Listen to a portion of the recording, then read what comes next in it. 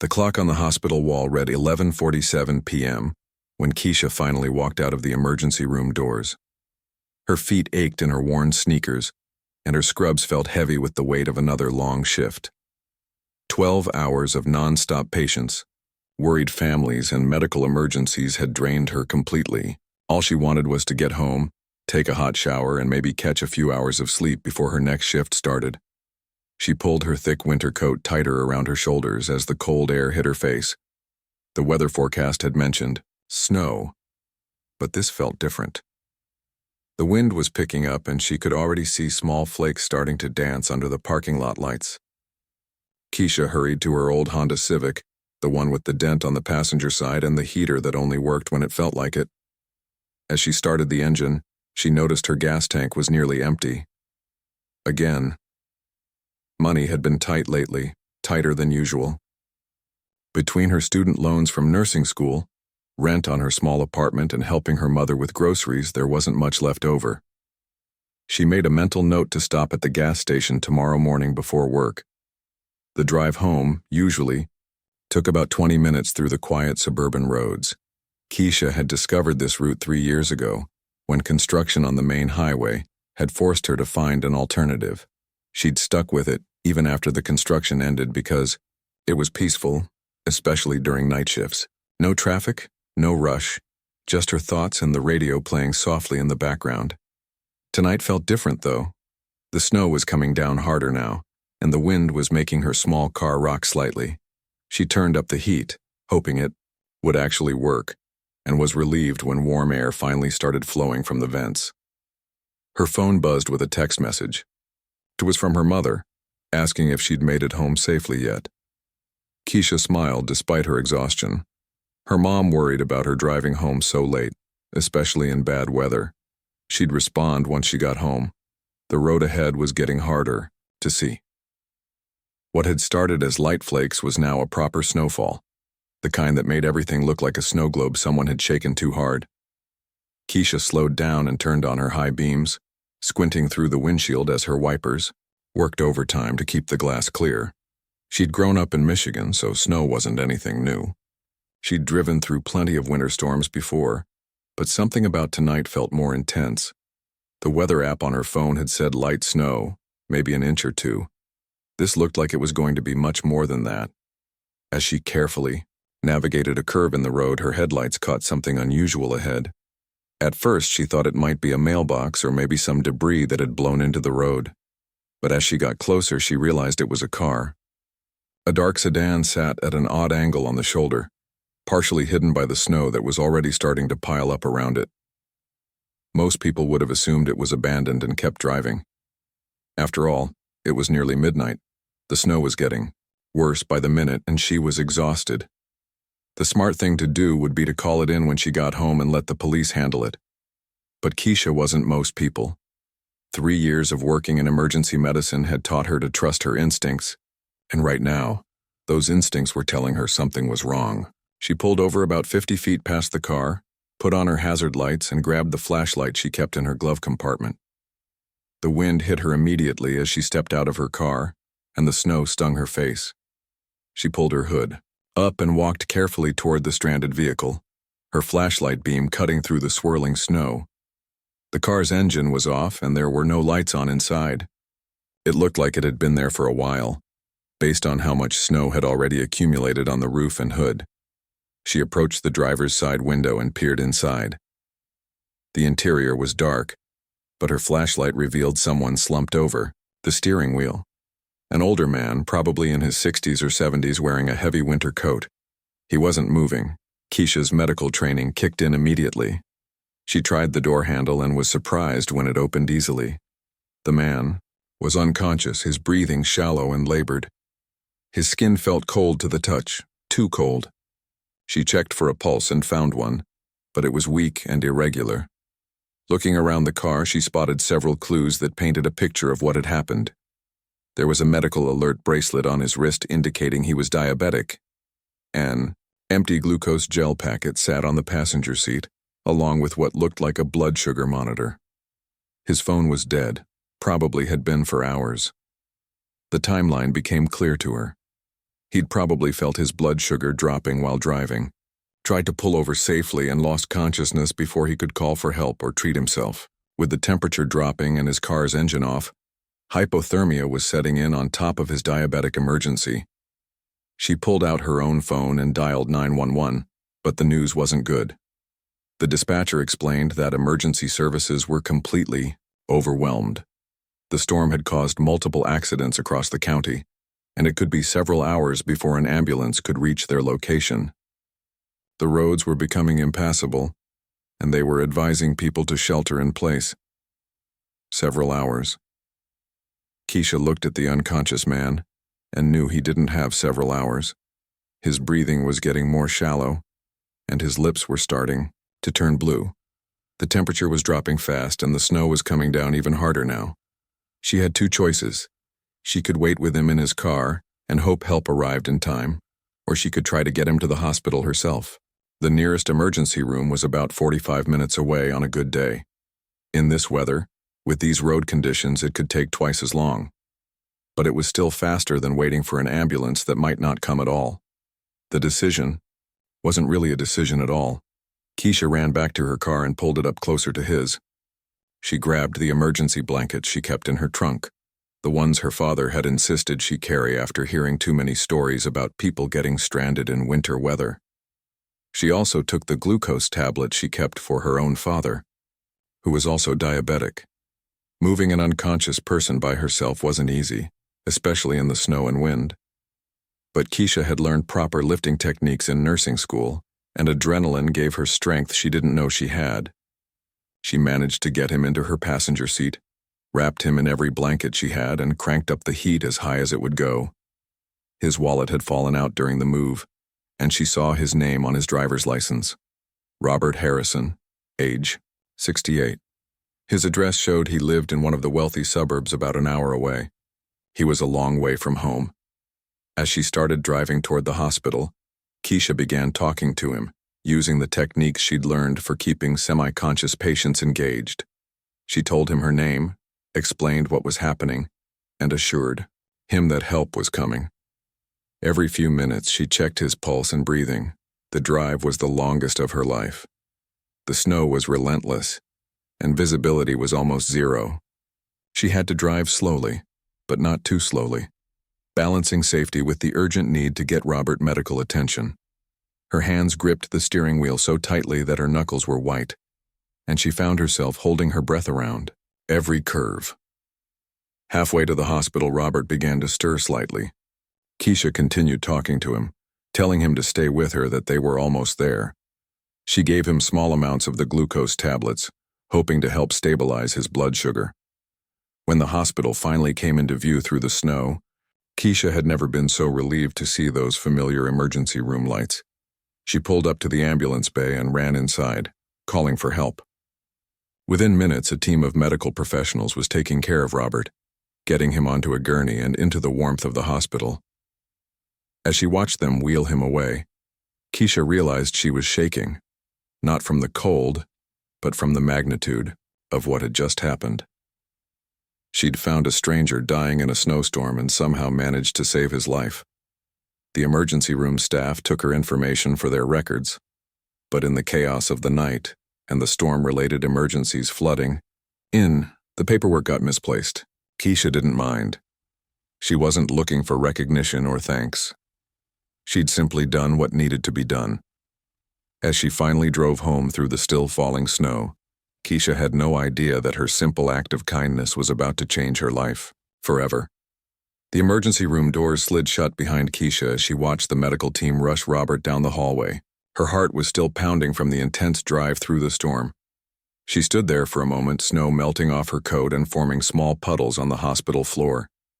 The familiar smell of antiseptic and the sound of machines beeping brought her back to reality. This was her workplace, but tonight she was here as someone who had just saved a life. A nurse she didn't recognize approached her with a clipboard. The woman looked exhausted, probably pulling a double shift because of all the storm-related emergencies flooding in. "Ma'am, we need some information about the patient you brought in. Are you family?" "No. I found him on the road," Keisha explained, still catching her breath. His car was stuck in the snow and he was unconscious. I'm actually a nurse here, but I was off shift. I was just driving home when I saw his car. The nurse's eyes lit up with recognition and gratitude. Thank goodness you stopped. Dr. Martinez is with him now, but it looks like you got him here just in time. His blood sugar was dangerously low and his body temperature was dropping fast. Another hour and... She didn't need to finish the sentence. As they filled out the paperwork, Keisha learned more about Robert's condition. He'd been fighting diabetes for over 20 years, and lately, his blood sugar had been harder to control. The combination of the medical emergency and the freezing temperatures had created a perfect storm that could have been deadly. Does he have any family we should call? The nurse asked. Keisha realized she knew almost nothing about the man she'd just saved. She'd seen his address on his driver's license, but that was about it. I don't know. His wallet fell out when I moved him to my car. There might be emergency contacts in there. The hospital staff took over from there, searching through Robert's belongings for family information. Keisha gave them her contact details, though she figured that would be the end of it. She'd done what anyone would do, and now it was time to go home and try to get some sleep before her next shift. But as she started to leave, Dr. Martinez, the attending physician, caught up with her in the hallway. He was a man in his 50s, with kind eyes and graying hair, someone she'd worked with many times over the years. Keisha, I heard what you did tonight, he said, placing a hand on her shoulder. That man owes his life to you. When he came in, his blood glucose was so low that he was minutes away from a diabetic coma. Combined with the hypothermia, his chances weren't good. If you hadn't found him when you did... The weight of his words hit her. She'd known Robert was in bad shape, but hearing it from Dr. Martinez made it real. She'd actually saved someone's life tonight. Not as part of her job, not because she was on duty, but because she'd chosen to stop and help a stranger.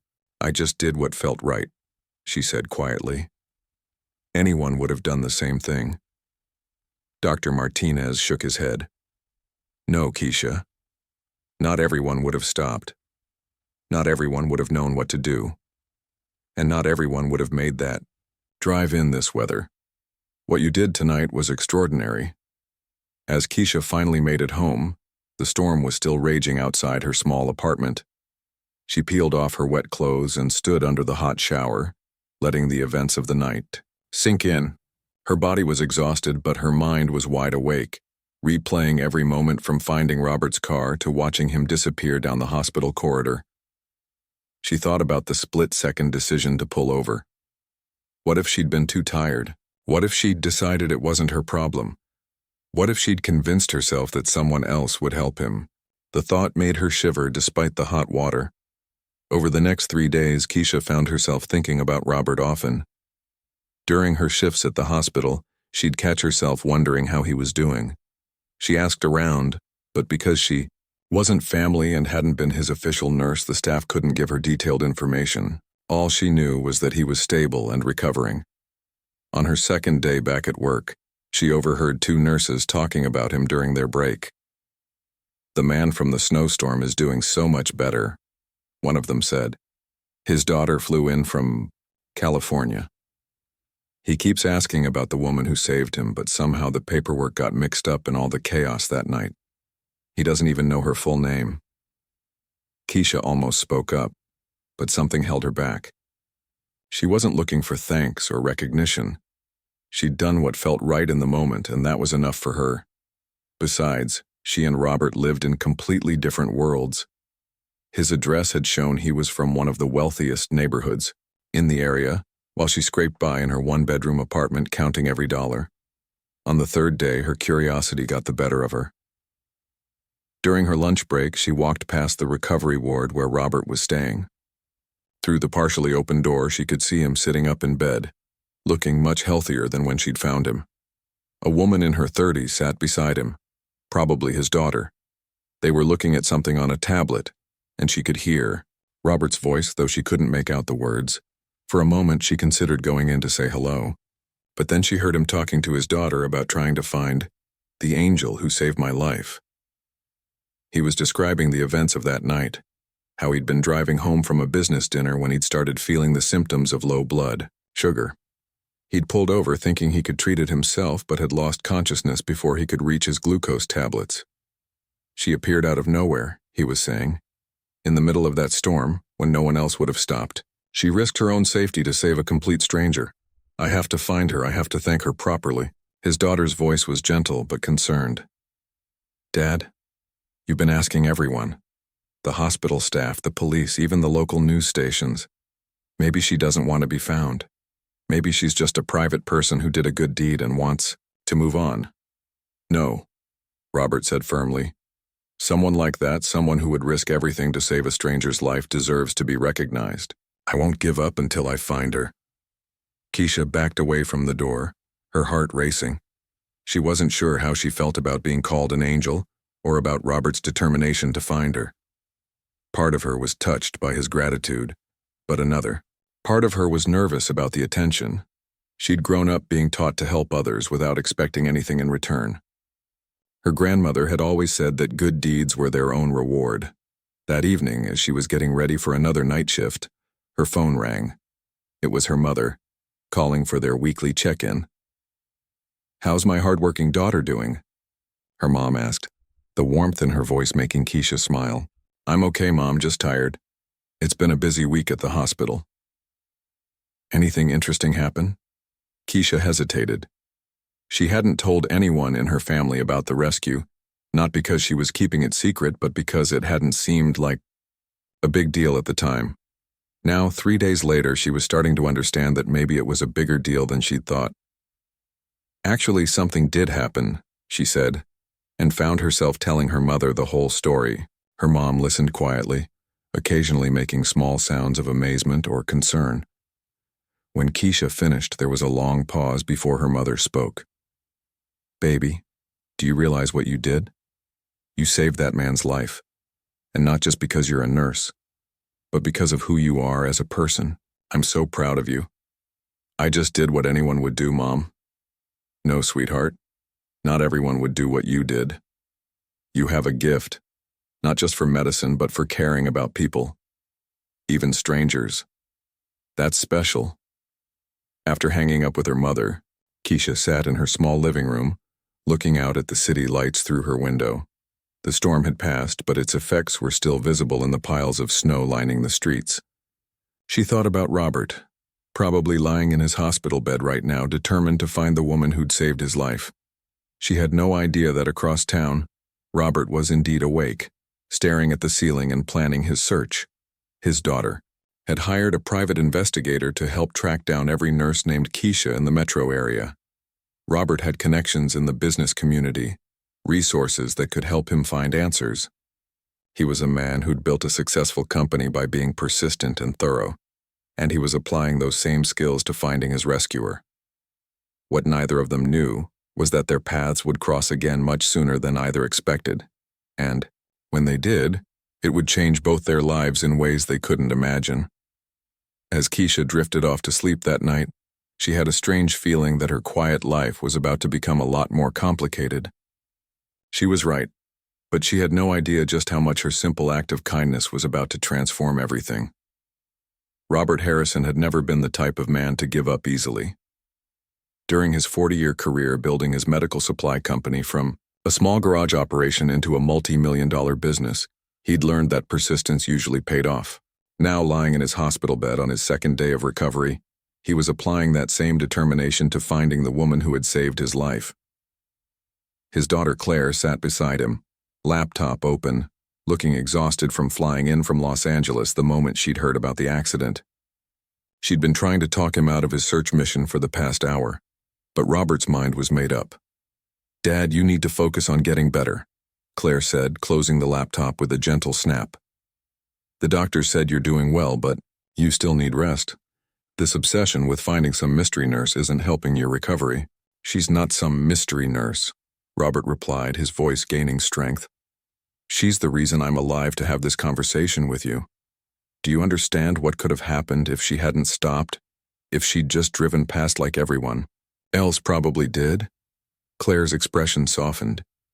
She knew her father well enough to recognize when he'd set his mind on something. I understand, Dad. I'm grateful too. But maybe she doesn't want to be found. Maybe she's a private person who just wants to go on with her life. Robert shook his head firmly. Then I'll respect that, but I have to try. I have to at least give her the chance to know how much what she did means to me and our family. What Claire didn't know was that Robert had already started his search before she'd even arrived. From his hospital B, he'd been making phone calls to anyone who might help. He'd contacted the hospital administration, asking for any information about the woman who'd brought him in. He'd called the police department to see if they had any records from that night. He'd even reached out to local news stations, hoping someone might have heard about the rescue. The hospital staff had been sympathetic, but couldn't share much information due to privacy policies. All they could tell him was that a nurse named Keisha had brought him in, but they didn't have her contact information. The paperwork from that chaotic night had been misplaced in the shuffle of storm-related emergencies. By his third day in the hospital, Robert had hired a private investigator. Detective Linda Morrison was a no-nonsense woman in her 50s who specialized in finding people. She'd worked for Robert's company years ago, tracking down suppliers and investigating potential business partners. If anyone could find Keisha, it would be Linda. I need you to understand, Robert told her during their phone consultation. This isn't about bothering someone who doesn't want to be bothered. This is about expressing gratitude to someone who literally saved my life. If we find her and she asks us to leave her alone, we will, but I have to try. Linda had already started her preliminary research. Robert, I've got some basic information. There are approximately 12 nurses named Keisha working in hospitals within a 50-mile radius of where you were found. That's our starting point. I'll need a few days to narrow it down. Meanwhile, Keisha was completely unaware that she'd become the subject of an intensive search. She'd returned to her normal routine of 12-hour shifts, quick meals, and trying to catch enough sleep between workdays. The only reminder of that snowy night was the small sense of satisfaction she felt whenever she thought about it. On Thursday afternoon during her lunch break, she was sitting in the hospital cafeteria when her friend and fellow nurse, Jennifer, slid into the seat across from her with an excited expression. "Girl, you are not going to believe what I just heard," Jennifer said, unwrapping her sandwich. "You know that man who was brought in during the snowstorm earlier this week? The one with diabetes and hypothermia?" Keisha's fork paused halfway to her mouth. "What about him?" "Apparently he's been calling the hospital every day trying to find the woman who saved him. I heard from Donna in administration that he's hired some kind of investigator to track her down. Can you imagine? He must be really grateful, or really wealthy," Keisha said quietly, taking another bite of her salad. "Both, probably," Jennifer laughed. "I heard he lives in Bloomfield Hills. You know, where all those mansion houses are. But honestly, it's kind of sweet. How often do you hear about someone going to such lengths just to say thank you?" Keisha nodded, but inside her stomach was doing flip-flops. She'd been hoping Robert would recover and move on with his life. Maybe send a thank you card to the hospital in general. The idea of a private investigator searching for her was both flattering and terrifying. That evening, after her shift ended, Keisha found herself taking a longer route home. Driving past the area where she'd found Robert's car, the snow had melted, and there was no sign that anything significant had happened there. It looked like any other stretch of suburban road, lined with bare trees and modest houses. She thought about Jennifer's words. Was it really so unusual for someone to want to express gratitude?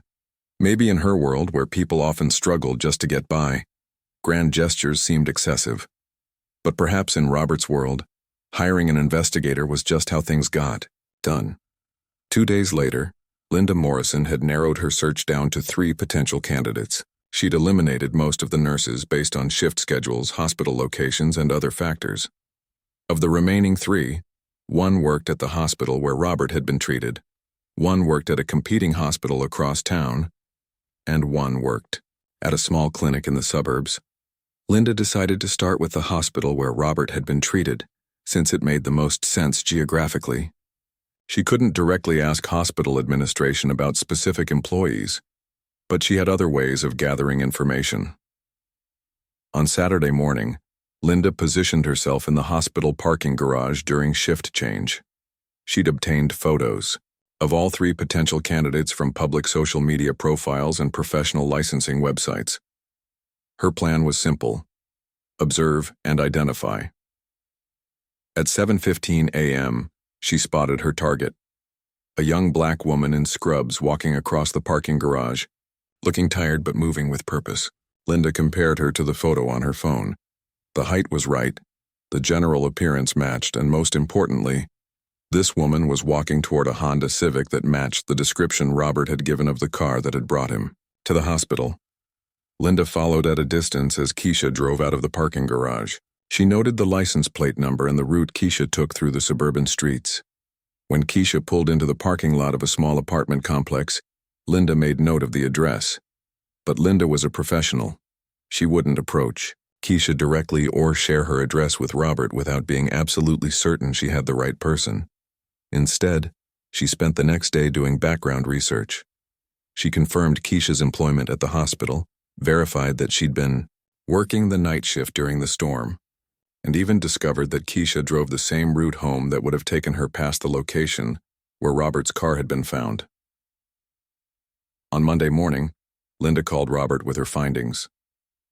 "I'm 90% certain I found your guardian." "Angel," she said. "Her name is Keisha Williams. She's 29 years old, been working as a nurse for about 6 years. She lives alone in a small apartment complex, drives an older Honda Civic, and based on everything I've found, she's exactly the kind of person who would stop to help a stranger." Robert felt a surge of excitement mixed with nervousness. After days of searching, he was finally close to finding the woman who'd saved his life. "What's our next step?" "That's up to you," Linda said. "I can provide you with her address, but I'd recommend approaching this carefully. She seems like a private person. The last thing you want to do is overwhelm her or make her uncomfortable." Robert spent the rest of Monday thinking about Linda's advice. How do you thank someone for saving your life without coming across as intrusive or overwhelming? How do you bridge the gap between two completely different worlds? By Tuesday evening, he'd made his decision. He would simply show up at her door, introduce himself, and express his gratitude in person. If she asked him to leave, he would. If she seemed uncomfortable, he'd back off immediately. But he had to try. Claire was still worried about her father's plan. "Dad, what if she doesn't want to see you? What if this whole thing makes her uncomfortable?" "Then, I'll apologize and leave," Robert said simply. "But Claire, I almost died that night. This woman saved my life, and she doesn't even know the impact she had. I need her to know."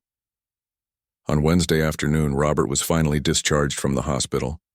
His doctors were amazed at his recovery, attributing it not just to the medical treatment he'd received, but to his positive attitude and determination. What they didn't know was that his determination was entirely focused on one goal: meeting Keisha Williams.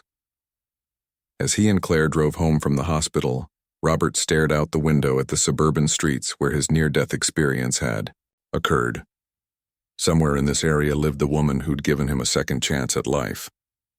Tomorrow he would knock on her door and try to find the words to express something that felt impossible to put into words. He had no idea that when he knocked on that door, he wouldn't just be thanking Keisha for saving his life.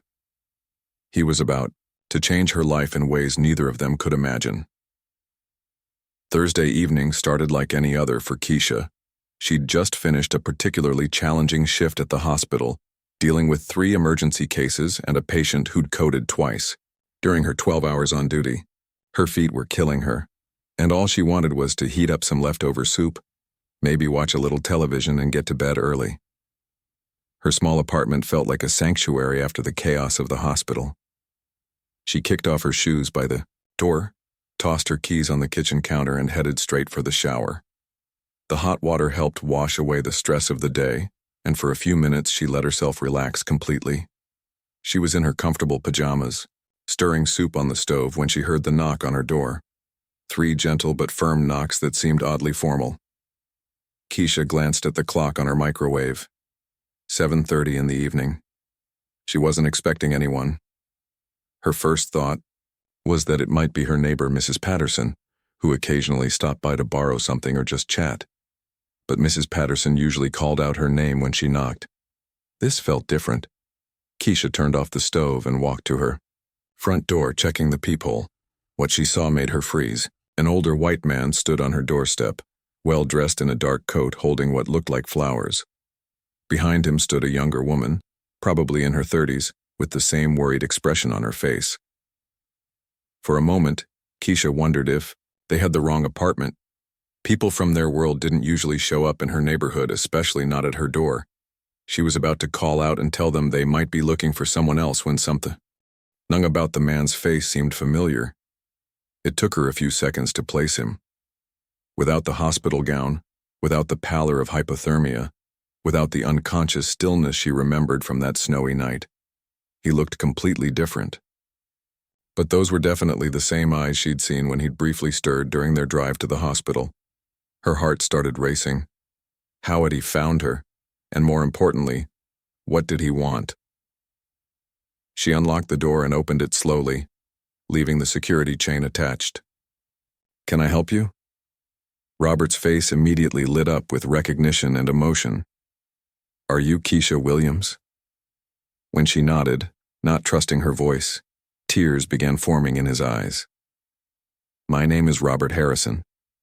6 days ago, you saved my life." The simple statement hung in the air between them. Keisha felt her own eyes getting misty as the reality of the moment hit her. This was him. The man she'd found unconscious in a snowstorm. The man she'd driven through dangerous roads to save. The man she'd wondered about every day since. "Oh my goodness," she whispered, unlatching the chain and opening the door fully. "How are you feeling? Are you okay?" "I've been wondering about you." "I'm doing wonderful, thanks to you," Robert said, his voice thick with emotion. "Ms. Williams, I've been searching for you since the day I woke up in the hospital. I had to find you. I had to thank you properly." Claire stepped forward slightly. "I'm his daughter, Claire. I flew in from California when I heard about the accident. We've both been wanting to meet you." Keisha looked between them, still processing the surreal situation. "Please come in. I was just making some soup. It's not much, but—" "We don't want to impose," Robert said quickly. "I know this is unexpected. We just wanted to thank you and—" "No, please," Keisha insisted, stepping back to let them enter. "After what happened, you're not imposing at all. I'm just surprised you found me." As they settled in her small living room, Keisha noticed how out of place they seemed among her second-hand furniture and modest decorations.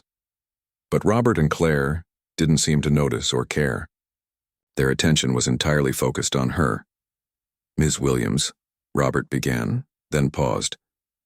"May I call you Keisha?" "Of course.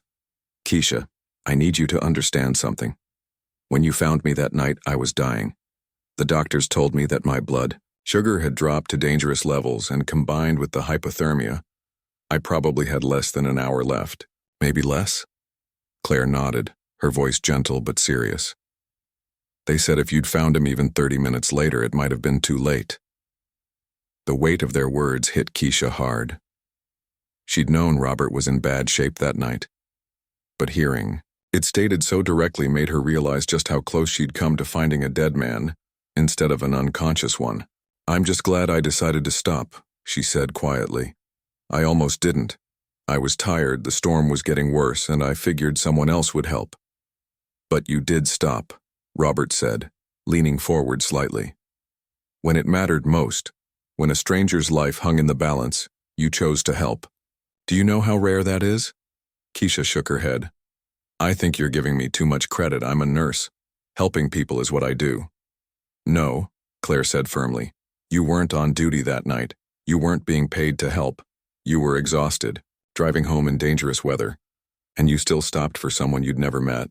That's not just being a nurse, that's being an exceptional human being."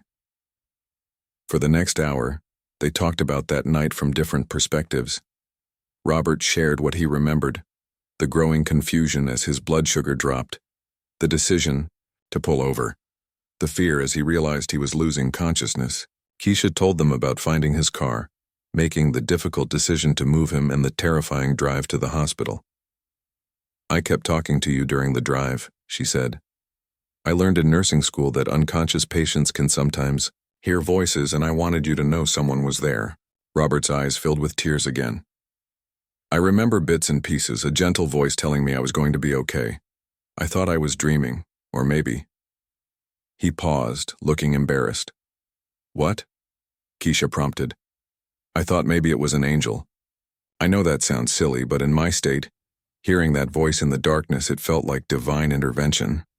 The conversation naturally turned to their lives. Robert shared that he'd built a medical supply company over 4 decades, starting with a small loan and eventually employing over 200 people before selling it 5 years ago. Claire talked about her work as a teacher in Los Angeles and how terrified she'd been when she got the call about her father's accident. Keisha found herself opening up about her own life, her journey through nursing school while working 2 part-time jobs, her dreams of eventually becoming a nurse practitioner, and the daily challenges of working in emergency medicine. She was surprised by how easy it was to talk to them, how genuinely interested they seemed in her story. You mentioned wanting to become a nurse practitioner, Claire said. What's stopping you? Keisha laughed, but there was no humor in it. Money, mainly. The programs are expensive, and I'd have to cut back my work hours to attend classes. I've been trying to save up, but between student loans from nursing school and just paying bills. She shrugged. Maybe someday. Robert and Claire exchanged a look that Keisha didn't quite understand. There was something meaningful in that glance, like a silent conversation was happening between them. Keisha, Robert said carefully, I came here tonight primarily to thank you, but I also came to ask you something. What's that? Robert reached into his coat pocket and pulled out a sealed envelope. Would you allow me to express my gratitude in a more tangible way?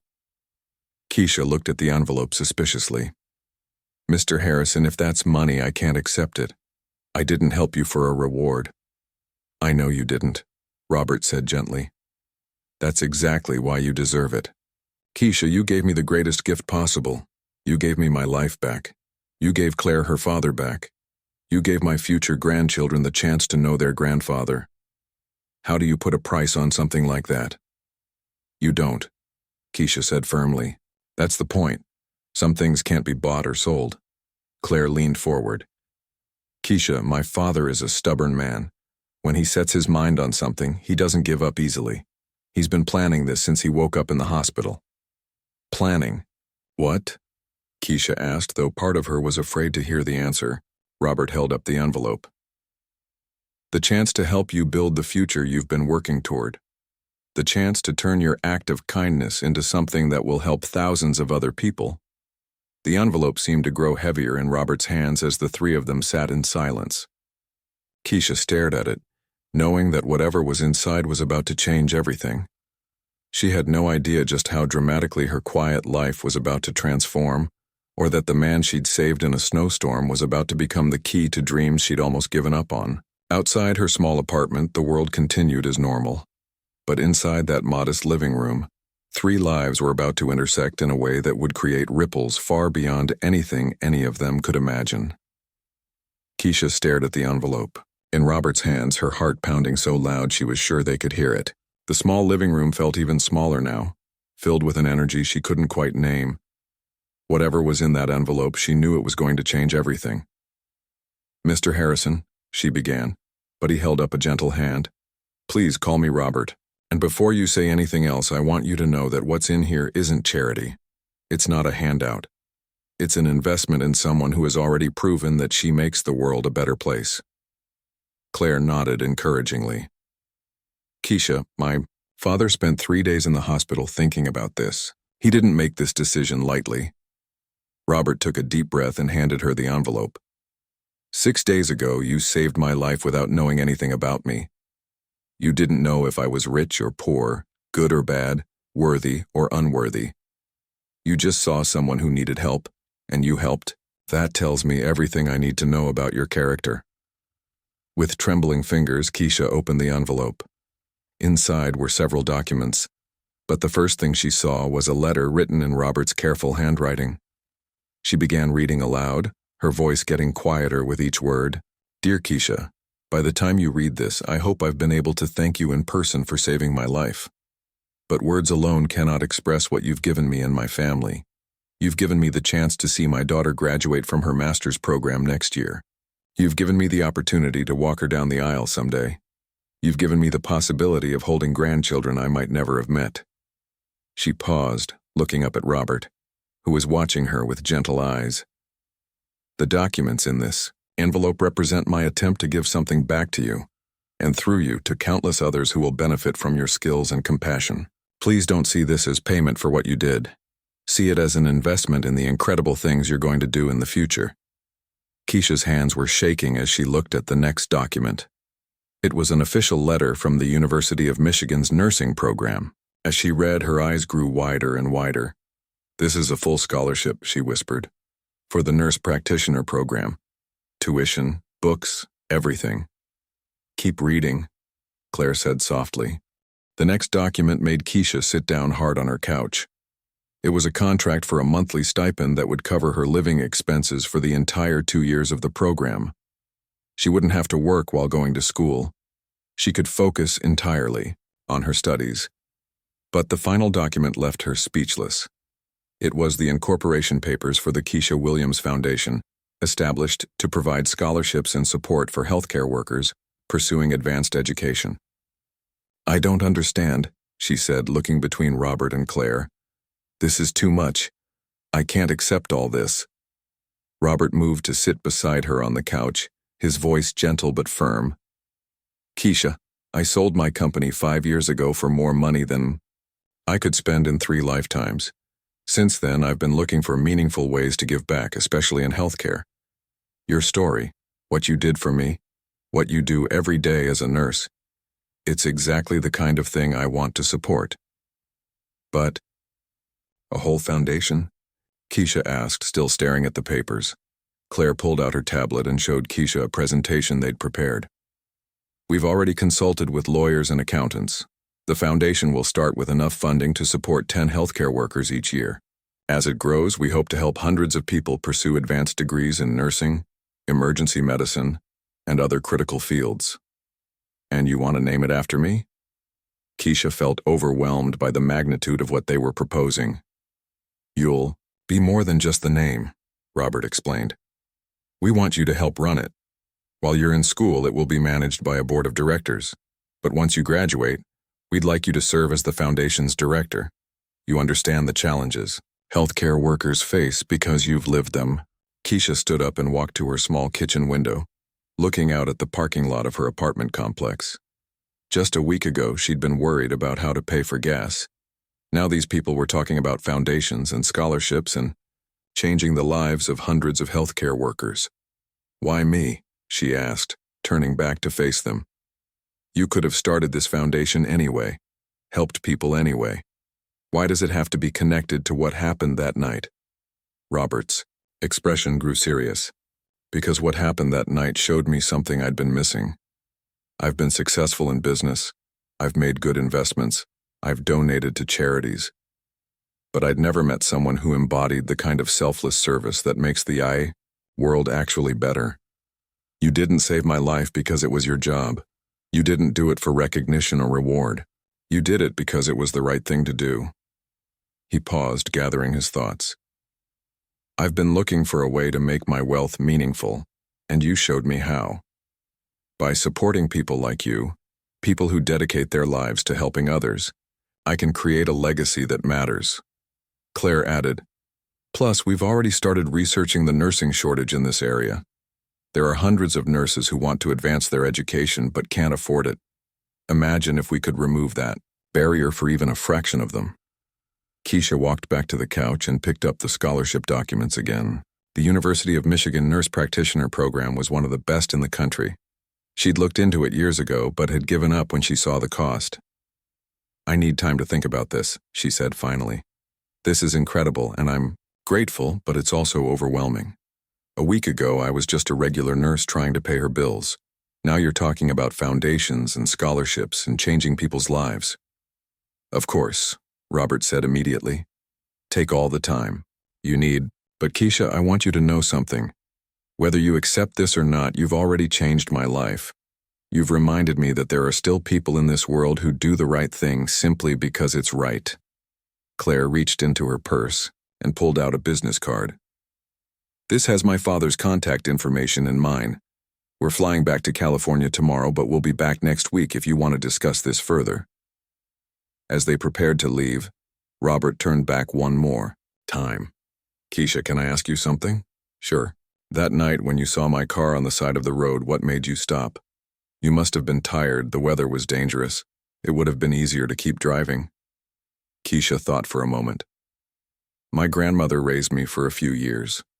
When I was little, she used to say that we're all connected, that helping someone else is just helping yourself in a way you might not understand yet. I guess I never forgot that. Robert smiled. Your grandmother sounds like a wise woman. She was, Keisha said softly. She would have stopped too. After they left, Keisha sat in her quiet apartment, surrounded by the documents that could change her entire future. She thought about her grandmother, about the long hours at the hospital, about the dream she'd almost given up on. She picked up her phone and called her mother. Mom, you're not going to believe what just happened.